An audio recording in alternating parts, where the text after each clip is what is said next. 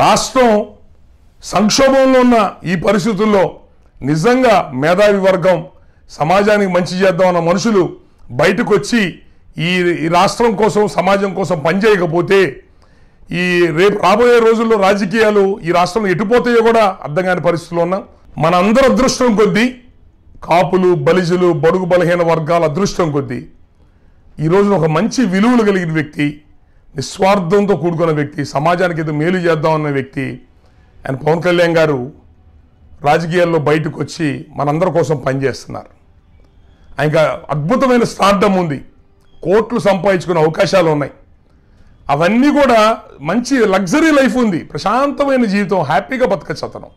పైపెచ్చు ప్రజారాజ్య పార్టీ ఓడిపోయింది, కాంగ్రెస్లో విలీనం అయిపోయిందని చెప్పని అనేక మంది శత్రువులు కుట్రలు చేసే వాళ్ళ దగ్గర నుంచి ఒక రకమైన నెగిటివ్ దాడి ఉంది. ఇలాంటి పరిస్థితుల్లో అతను సమాజానికి ఏదైనా మేలు చేద్దాము, సమాజం మరీ అధోగతి పాలైపోతుంది, అవినీతి పాలైపోతుంది, పరిపాలన అయిపోతుంది, కుటుంబ పాలన అయిపోతుంది, పేద వర్గాలకు న్యాయం జరగట్లేదని అతను ఒక మంచి ఆలోచనలతో సమాజానికి మేలు చేద్దాము, అవినీతి రహిత సమాజాన్ని తీసుకొద్దాం, అన్ని వర్గాలకి సమన్యాయంగా ఉండేటట్టుగా సమాజాన్ని నిర్మాణం చేద్దామని ఒక మంచి అభ్యుదయ భావాలతో పవన్ కళ్యాణ్ గారు బయటకు వచ్చి పార్టీ పెట్టి ప్రజల్లో తిరుగుతున్నారు. పోయినసారి ఆయన చేసిన ప్రచారం వల్లే రాష్ట్రంలో బీజేపీ ఎంపీలు గెలిచింది. ఆయన చేసిన ప్రచారం వల్లే ఓడిపోతారనుకున్న ఇంటెలిజెన్స్ రిపోర్ట్లు, సర్వే రిపోర్ట్లు అన్నీ కూడా చంద్రబాబు నాయుడు గారు ఓడిపోతారు, జగన్ గెలుస్తాడు అనుకుంటున్న పరిస్థితుల్లో ఆ రోజు పవన్ కళ్యాణ్ గారి ప్రచారం వల్ల తెలుగుదేశం పార్టీ అధికారంలోకి వచ్చింది. 5 సంవత్సరాల్లో ఎప్పుడన్నా ఎవరన్నా ఒక పార్టీకి ఏదైనా సహాయం చేసినా, గెలుపుకు ఉపయోగపడినా బ్లాక్మెయిల్ చేసి వాళ్ళని ఏదో విధంగా బెదరగొట్టి వాళ్ళ చేత అనేక కాంట్రాక్టులు తీర్చుకోవటం, పదవులు తీర్చుకోవటం, డబ్బులు సంపాదించుకోవడం కార్యక్రమాలు చేస్తారు. మనకి తెలిసి ఆయన ఎప్పుడన్నా తెలుగుదేశం పార్టీ నుంచి ఏ రోజు ఏమైనా ఆశించాడా, వాళ్ళ చేత ఏమన్నా పని చేయించుకున్నాడా, ఆయనకున్న అవకాశాలను ఎప్పుడన్నా దుర్వినియోగం చేసుకున్నాడా? బీజేపీ పార్టీ కేంద్రంలో రాజ్యసభ ఎంపీ ఇచ్చి సెంట్రల్ మినిస్ట్రీ ఇస్తాం మీకు, మీరు దయచేసి రండి మాతో పాటు కలిసి పనిచేయండి నరేంద్ర మోడీ గారు ఆహ్వానం పంపించినా కూడా నాకు అధికారం ముఖ్యం కాదండి, ప్రజలకి మేలు చేద్దామని భావంతో నేను వచ్చానని చెప్పని ఆయన వచ్చిన అవకాశాలు ఏవి కూడా ఆయన తీసుకోలేదు. పవన్ కళ్యాణ్ గారు అట్టడుగు పేద వర్గాలందరూ కూడా మేలు చేద్దాం, సమాజం నిర్మాణం చేద్దాం, పేద వర్గాల రాజ్యాధికారం తీసుకొద్దామని వారు మన కోసం ఆయన పర్సనల్ లైఫ్ అంతా వదులుకొని మన కోసం వచ్చి పనిచేస్తుంటే మనం ఎంతవరకు ఆయనతో పాటు నిలబడి ఉన్నాం అన్నది మనం ప్రశ్నించుకోవాల్సిన అవసరం ఉంది. రాష్ట్ర విభజన జరిగిన తర్వాత అత్యధికంగా కాపులు బడుగు బలహీన వర్గాల జనాభా విస్తృతంగా ఈరోజు రాష్ట్రంలో పెరిగారు. తెలంగాణ రాయలసీమలో ఉన్న రెడ్లు 2గా విడిపోయారు, వాళ్ళు బలహీనపడ్డారు. కమ్మవారు మహా ఉంటే కృష్ణా గుంటూరు జిల్లాకు పరిమితం అవుతారు. ఈరోజు రాష్ట్రంలో ఏ జిల్లాకి వెళ్ళినా, ఏ నియోజకవర్గానికి వెళ్ళినా ఈరోజు ఉన్నది కాపులు బలిజులు బడుగు బలహీన వర్గాల వారే. మరి ఇంత అత్యధిక జనాభాగా ఉండి కూడా అధికారానికి దూరం అవుతున్నామంటే అది మనలో రాజకీయ చైతన్యం లేకపోవటం, మనలో ఐకమత్యం లేకపోవటం. ప్రజాస్వామ్యంలో ఎన్నికలు ఉండే చోట ఎవరు ఎక్కువ జనాభా ఉంటారో వాళ్ళు పరిపాలన చేయాలా. మరి భారతదేశంలో మిగతా రాష్ట్రాలన్నింటిలో కూడా ఈరోజు బీసీ ఎస్సీ వర్గాల వాళ్ళు ఈ 60 సంవత్సరాల్లో అనేక పోరాటాలు చేసి అధికారంలోకి వచ్చారు. కాన్షీరామ్ కానివ్వండి, ములాయం సింగ్ యాదవ్ కానివ్వండి, వీళ్ళందరూ కూడా అట్టడుగు పేద వర్గాల నుంచి వచ్చి రాజ్యాధికారం సాధించారు. కర్ణాటకలో బీసీలు పరిపాలన చేస్తున్నారు, తమిళనాడులో ఈరోజు బీసీలు పరిపాలన చేస్తున్నారు. మన రాష్ట్రంకి వచ్చిన దౌర్భాగ్యం ఏంటంటే మైనారిటీలు ఉన్న 2 కులాలు 60-70 ఏళ్ళ నుంచి అధికారాన్ని వాళ్ళ గుత్తాధిపత్యం వాళ్ళ చేతుల్లో పెట్టుకున్నారు. మిగతా కులాలు అందరం కూడా ప్రేక్షక పాత్రగా ఉంటున్నాం. ప్రజాస్వామ్యంలో ఎవరు ఎక్కువ జనాభాగా ఉంటే, ఎవరు మెజారిటీగా ఉంటే వాళ్ళు పరిపాలన చేయాలి. రాష్ట్ర విభజన జరిగిన తర్వాత ఈరోజు రాజకీయాలు కాపులు బలిజులు బడుగు బలహీన వర్గాల తలుపులు కొడుతున్నాయి. మనమే ఆ తలుపులు తీయట్లేదు. మనందరం 60-70 ఏళ్ళ నుంచి పల్లకి మోస్తున్న బోయోలుగా ఉన్నాం. మనలో ఎవడన్నా పల్లకి ఎక్కడానికి ప్రయత్నం చేస్తుంటే మిగతా 3 పట్టుకుని వెనక్కి లాగుతున్నారు. 4 కలిసి కిందే ఉంటున్నాం. 2 కులాలని పల్లకి ఎక్కించి 2 కులాలను మోస్తున్నాం. మనం నిస్వార్థంగా ప్రజలందరికీ మేలు చేద్దాం, అట్టడుగు వర్గాలకి రాజ్యాధికారం తీసుకొద్దామని చెప్పని పవన్ కళ్యాణ్ గారు చేస్తున్న ఈ ప్రయత్నానికి మనందరం మద్దతుగా ఉండకపోతే మళ్ళీ ఇలాంటి అవకాశాలు మళ్ళీ రావు. నాయకుడు ప్రతిరోజు పుట్టడు, నాయకత్వం ప్రతిరోజు రాదు. ఒక నాయకుడిని కోల్పోయామంటే మళ్ళీ దాదాపు 10 సంవత్సరాలు, ఒక దశాబ్దం పడుతుంది, ఒక్కొక్కసారి 2-3 దశాబ్దాలు కూడా పడుతుంది ఒక్కొక్క నాయకుడు మళ్ళీ తయారు చేసుకోవాలంటే. ఒకప్పుడు జాగ్రత్త పడకపోవటం వలన రంగా గారు లాంటి మంచి నాయకుడిని పోగొట్టుకున్నాం. చిరంజీవి గారు పార్టీ పెట్టినప్పుడు మనందరం కలిసి ఐకమత్యంగా ఓట్లేలా, అందరం ఒక మాట మీద ఉండి ఓట్లు వేసుకోలేదు. ఎవరికి ఎటు దొరికితే అటు వెళ్ళిపోయాం. కుటుంబంలో ఉన్న 10 మంది కలిసి కూర్చొని ఒకసారి మాట్లాడుకొని ఎలా ఓట్లు వేద్దామని కనీసం కూర్చొని కూడా సరిగ్గా మాట్లాడుకోలేదు. డబ్బులు కమ్ముడిపోయిన వాళ్ళు డబ్బులు కమ్ముడిపోయారు. దీనివల్ల ఆ రోజు ఒక బలమైన నాయకుడిని చిరంజీవిని కోల్పోయాం. మళ్ళీ ఇదే బాధ్యత రాహిత్యంగా మనం ఇష్టం వచ్చినట్టు ప్రవర్తించామంటే రేపొద్దున మళ్ళీ పవన్ కళ్యాణ్ గారిని మనం ఆయన నాయకత్వాన్ని మనం పాడు చేసుకున్నామంటే మళ్ళీ ఈ 2 కులాల చేత యొక్క గుత్తాధిపత్యంలో మళ్ళీ ఒక 20-30 సంవత్సరాలు ఈ రాష్ట్రంలో పేద ప్రజలందరూ మనందరూ కూడా నలిగిపోవాల్సిన పరిస్థితులు వస్తాయి. కాబట్టి దయచేసి నేను మన రాష్ట్రంలో ఉన్న కాపులు, బలిజులు, బడుగు బలహీన వర్గాలందరినీ కూడా నేను విజ్ఞప్తి చేసేది ఏంటంటే దయచేసి మీ ఓట్లు అమ్ముకోబాకండి, ఎట్టి పరిస్థితుల్లో మీ ఓట్లు అమ్ముకోబాకండి, మీ ఓట్లు చీల్చుకోబాకండి, ప్రలోభాలకు లొంగబాకండి. ఒక మాట మీద ఉండి ఎలక్షన్ చేసుకోండి, అందరూ కలిసి కూర్చోండి. మీకు నిజంగా నిజాయితీగా మంచి పరిపాలన ఇవ్వగలిగిన వాళ్ళు ఎవరు, నిజాయితీగా విలువలు కలిగిన వాళ్ళు ఎవరు, కేసుల్లో ఉన్నోళ్ళు ఎవరు, నిజాయితీగా విలువలు కలిగిన వాళ్ళు ఎవరు, ఎవరు ఈ సమాజానికి మేలు చేయగలుగుతాడని మీరు మీ గ్రామము, మీ పేటలో ఉండేవాళ్ళు, అన్ని ప్రాంతాల్లో ఉన్న వాళ్ళందరూ కలిసి కూర్చొని మాట్లాడుకొని ఒక మాట మీద ఎలక్షన్ చేసుకోవడానికి అలవాటు చేసుకోండి. ఈ జాతి ఎట్లా పడితే అలా అమ్ముడుపోయే జాతి కాదు. ఒకప్పుడు దక్షిణ భారతదేశంలో హంపి, విజయనగరం లాంటి మహాసామ్రాజ్యాలు నిర్మాణం చేసిన జాతి. మధుర మీనాక్షి అమ్మవారి గుడి కట్టించిన తిరుమల నాయకర్ మన జాతి వాడు. తంజావూరు చివరిరాజు విజయరాఘవ నాయకర్ మన కులస్తుడు. శ్రీలంక చివరిరాజు విక్రమరాజు సిన్హా మన మన ఈ కాపు కులస్తుడు చెందినవాడు. బ్రిటిష్ వాళ్ళ చేతిలో ఓడిపోయి రాయవేలూరు కోటలో చివరిలో ఆయన చనిపోయారు. అదేవిధంగా కర్ణాటక ఎలక్షన్ శాసించిన ఆదికేశ్వర నాయుడు మన కులస్తుడు. భారతదేశానికి స్వతంత్రం రాకముందు ఉమ్మడి తమిళనాడు, ఆంధ్రప్రదేశ్ పరిపాలన చేసిన సర్ కూర్మా వెంకటరెడ్డి నాయుడు గారు మన కులస్తుడు. మన సరోజినీ నాయుడు మన జాతికి సంబంధించిన పల్నాడు మూవ్మెంట్ తీసుకున్న, పొల్లరి మూవ్మెంట్ తీసుకొచ్చిన కన్నిగంటి హనుమంతు మన జాతికి సంబంధించిన వాడు. ఇలాంటి మహానుభావులు, ఎందరో మహానుభావులు ఈ జాతిలో ఈ జాతి యొక్క ఔన్నత్యాన్ని ముందుకు తీసుకొచ్చి ఈ జాతి యొక్క గౌరవ ప్రతిష్టలు పెంచిన జాతి. ఒకప్పుడు మన అనాలోచితంగా ఎట్లా పడితే అలా ముందుకెళ్ళటం వల్ల ఈ రెడ్లు మిగతా వాళ్ళు కొంతమంది చేసిన కుట్ర వల్ల రిజర్వేషన్స్ కోల్పోయి, రాజ్యాధికారాన్ని కోల్పోయి ఈ రోజు జాతి ఆర్థికంగా నలిగిపోయింది. కానీ ఒకప్పుడు వ్యవసాయం పేరుతో దేశానికి అన్నం పెట్టిన జాతి, సైన్యం రూపంలో ఈ దేశాన్ని ఒకప్పుడు రాజులు, క్షత్రియులు, రాజుల దగ్గర ఉండే సైన్యాధిపతులు, సైనికులు అందరూ కూడా ఈ కాపు జాతి వాళ్ళే. మరి దేశాన్ని కాపాడిన జాతి మనం ఎట్లా పడితే అట్లా ఓట్లు చీల్చుకొని వాడెవడో ముష్టి పడేస్తే 2,000 రూపాయలు 5,000 రూపాయలకి డబ్బులకు అమ్ముడుపోయామంటే అంతకంటే సిగ్గుమాలిన పని, అంతకంటే నీచమైన పని ఇంకో పని లేదు. మనలో 1000 మంది సర్పంచులున్నా, 100 మంది ఎమ్మెల్యేలున్నా, 20 మంది మంత్రులున్నా ఈ కాపులకు కానీ పేద వర్గాలకు కానీ వాళ్ళ ఈ కోల అభివృద్ధి జరగట్లా. ఎవడైతే రాష్ట్ర స్థాయిలో పార్టీ నడుపుతున్నాడో, ఎవడైతే రాష్ట్ర స్థాయిలో నాయకత్వం వహిస్తున్నాడో ఆ జాతులే బాగుపడ్డాయి. చరిత్ర చెప్పిందంటే కమ్మోళ్ళు, రెడ్లు రాష్ట్ర స్థాయి నాయకత్వం వహించారు, ఆ జాతులు బాగుపడ్డాయి. ఈ రోజున 1000 కోట్లలోకి వెళ్ళిపోయారు. బ్యాంకులు వాడుకుంటున్నారు, కోట్ల రూపాయల లోన్లు తీసుకుంటున్నారు, ఐపీలు పెట్టేస్తున్నారు, కాంట్రాక్ట్లన్నీ వాళ్ళే తీసుకుంటున్నారు. ఈరోజు లక్షల కోట్ల రూపాయలు సంపాదించుకొని మనం ఎవరు అందుకోలేని, పేద వర్గాలు అందుకోలేని స్థితికి వెళ్ళిపోయారు వాళ్ళు. మనం పేరుకి ఎంతమంది ఎమ్మెల్యేలు, మా ఊళ్ళో ఎమ్మెల్యే కాపోడు ఉన్నాడండి, మా ఊళ్ళో ఎమ్మెల్యే బీసీ వర్గం అతను ఉన్నాడండి, మేము అతను గెలిపించుకోవాలని చెప్పి అనుకుంటున్నాం. ఈ 100 మంది ఎమ్మెల్యేలు ఉన్న వీళ్ళెవరు కూడా కనీసం ఆ ముఖ్యమంత్రి ధైర్యంగా తలుపు తట్టే ధైర్యం వీళ్ళెవరికి లేదు. మనం చూస్తున్నాం, చరిత్ర చూస్తున్నాం. ఇప్పుడు దాకా కాంగ్రెస్ ఎమ్మెల్యేలు లేరా, టీడీపీలో ఎమ్మెల్యేలు లేరా, కాంగ్రెస్ టీడీపీలో మంత్రులు లేరా? మన కులాల నుంచి, మన జాతుల నుంచి వీళ్ళ వల్ల మన జాతి ఎంతవరకు అభివృద్ధి చెందింది?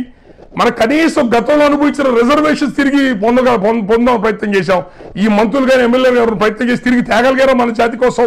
కాబట్టి ఎంతమంది ఎమ్మెల్యేలు, మంత్రులు ఉన్నా రాష్ట్ర స్థాయిలో నాయకత్వం వహించే పార్టీయే ముఖ్యం. మన జాతిలో రాష్ట్ర స్థాయి నాయకత్వం వహించే అంత సెలబ్రిటీలు కానీ అంత బలమైన పర్సనాలిటీలు కులంలో లేరు. తమిళనాడులో విజయకాంత్ లాంటి ముందుకు వచ్చాడు.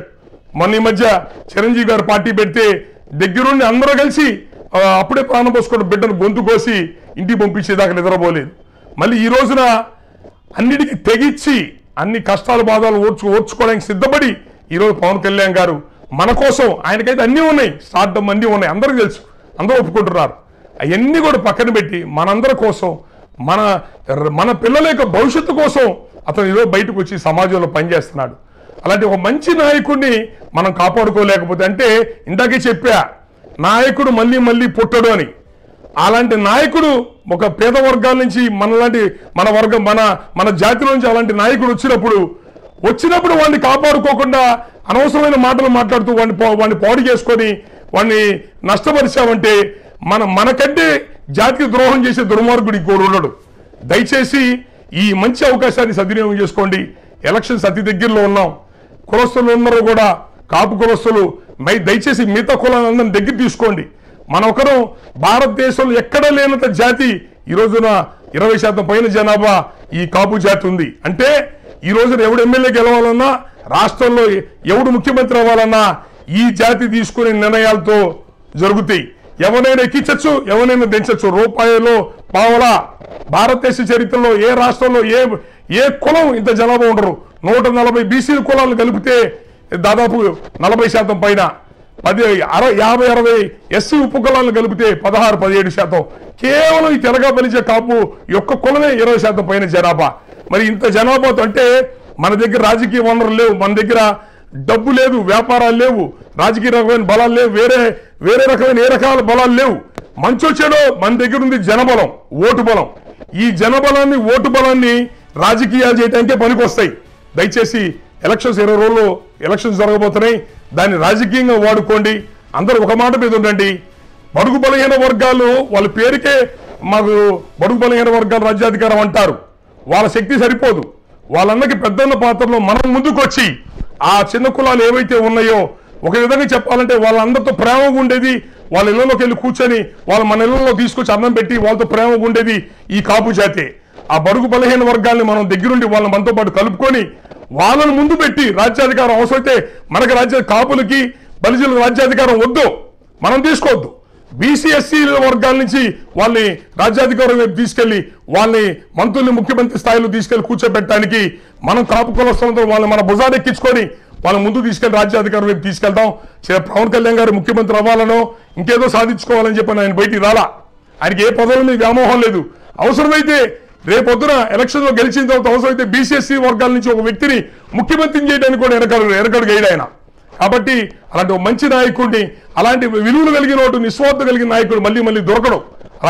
అలాంటి నాయకుడిని మనందరూ కూడా కలుపుకొని రేపు రాబోయే ఎలక్షన్స్ లో అందరం కలిసి ఒక మాట మీద ఉండి ఒక్క ఓటు కూడా పొల్లుపోకుండా కింద స్థాయిలో ఎమ్మెల్యేలు ఎవరు గెలిచారు, ఎవరు నుంచారు, కింద స్థాయిలో ఎమ్మెల్యేలు ఎవరు నుంచున్నారు, మన కులపోటి నుంచి నిలబడ్డాడా, బయట నిలబడ్డాడా, వేరే పార్టీలు ఎవరు నిలబడ్డారు, ఏమి చూడబాకండి. పవన్ కళ్యాణ్ గారు ఎవరికి టికెట్ ఇస్తే కాపులకు ఇచ్చినా, బీసీఎస్సీ వర్గాలు ఎవరికి ఇచ్చినా రాష్ట్ర స్థాయి నాయకత్వం, రాష్ట్ర స్థాయి పార్టీయే ముఖ్యం. ఈరోజు ఎన్ని సీట్లు గెలుస్తాం, ఎన్ని ఓట్లు వస్తాయని చూడబాకండి. రాష్ట్ర స్థాయి నాయకత్వం చూడండి. మీ ఓటు మీరు జాగ్రత్తగా వేసిరండి. మీతో పాటు బీసీఎస్సీ వర్గాలు కలుపుకోండి. వాళ్ళని కూడా తీసుకెళ్లి పవన్ కళ్యాణ్ గారికి ఓట్లు వేసే విధంగా వాళ్ళందరి చేత పనిచేయించండి. మనం కాపులు ఎంతమంది జనాభా ఉన్నా బడుగు బలహీన వర్గాలను కలుపుకోకుండా రాజ్యాధికారం రావడం అనేది కల్లా. మిగతా రెండు కులాలు చేస్తుంది ఏంటంటే మన జాతి నుంచి ఒక బలమైన నాయకుడు వచ్చి అందరిని కలుపుకొని రాజ్యాధికారం కోసం ఎప్పుడైతే ప్రయత్నం చేస్తున్నాడో ఈ రెండు కులాలు మిగతా చిన్న కులాలని ఒక భయభ్రాంతులు గురి చేస్తున్నాయి. ఈ కాపులు ఆవేశపరులు, వాళ్ళ అధికారంలోకి వస్తే మిమ్మల్ని బతకనివ్వరు, ఇలాంటి చెడు ప్రచారం చేసి ప్రజారాజ్య పార్టీలు కూడా మనల్ని ఎలాగే అన్ని రకాలుగా అవినీతి ముద్రలేసి టికెట్లు అమ్ముకున్నామని రకరకాలుగా ముద్రలేసి కుల ముద్రలేసి ఒక బలమైన మంచి నాయకత్వం వచ్చినప్పుడల్లా ఈ రెండు కులాల కుట్రతో ఈ అనేక రకాలుగా మిగతా కులాలందరూ కూడా మనకు దూరంగా చేసి మనల్ని కలవనీయకుండా చేసి మనందరినీ పల్లకి మోసే బోయలుగా ఉంచి ఆ అధికారం శుభ్రంగా 60-70 ఏళ్ళ నుంచి వాళ్ళు అనుభవిస్తున్నారు. శెట్టి సమ్మె అని చెప్పని రాయలసీమలో ఒకటి ఉంది. ఒకప్పుడు రాజులు మదవెక్కి కింద ఉన్న పేద వర్గాలను ఇబ్బంది పెడుతుంటే ఆ రాయలసీమ ప్రాంతాల్లో ఉన్న బలిజులు అక్కడున్న పేద బడుగు బలహీన వర్గాలను కలుపుకొని ఆ రాజుల మీద తిరుగుబాటు చేసి వాళ్ళందరూ వాళ్ళని అధికారం నుంచి కింద దించి పేద వర్గాలను కాపాడిన చరిత్ర రికార్డ్స్లో ఇప్పటికీ రాయలసీమలో ఉంది. ఆ పేద వర్గాన్ని కలుపుకోవాల్సిన బాధ్యత మనపైన ఉంది. వాళ్ళని కలుపుకొని రేపు రాబోయే ఎన్నికల్లో వెళ్ళి విజయం సాధించాల్సిన అవసరం ఉంది. పవన్ కళ్యాణ్ గారు ఎన్ని సీట్లు గెలుస్తారండి, ఆయన ఎన్ని ఓట్లు వస్తాయండి, రకరకాల మాటలు మాట్లాడుతున్నారు. యుద్ధానికి వెళ్తున్నాం, యుద్ధంలో గెలుస్తామా ఓడిపోతాం చచ్చిపోతామని యుద్ధంలోకి వెళ్ళకముందే మాట్లాడితే మనం ఇక్కడే ఓడిపోయినట్టు చచ్చిపోయినట్టు. దయచేసి అలాంటి మాటలు మాట్లాడి మన జాతిని పేద వర్గాలను నిరుత్సాహపరచబాకండి. ఇప్పుడు కర్ణాటకలో కుమారస్వామి లాగా ఒక 20-30 సీట్లు వస్తే సీఎం అవుతాడని చెప్పని అంటున్నారు. చరిత్ర తెలుసుకోండి. కర్ణాటకలో 30 జిల్లాలు ఉంటే కుమారస్వామి గారి కులం ఒక్కలిగా క్యాస్ట్. ఆ ఒక్కలిగా క్యాస్ట్ కేవలం 5 జిల్లాల్లో ఉంది. కర్ణాటకలో మిగతా ప్రాంతాలు ఎక్కడ లేదు. కోలార్, చిక్బల్లాపూర్, మాండ్యా, చామరాజనగర్, మైసూర్ ఇలా 5 జిల్లాల్లో ఉంది. ఈ 5 జిల్లాల్లో ఉన్న ఈ ఒక్కలిగా క్యాస్ట్ మీరు ₹1,00,000 డబ్బులు ఇచ్చినా, ఎన్ని ప్రలోభాలు పెట్టినా, కుమారస్వామి గారి యొక్క పార్టీ నుంచి ఏ కులం అభ్యర్థిని పెట్టినా, కుక్కర్ నుంచో పెట్టినా వాళ్ళ కులం అంతా ఒక మాట మీద ఉండి ఓట్లేస్తాయి.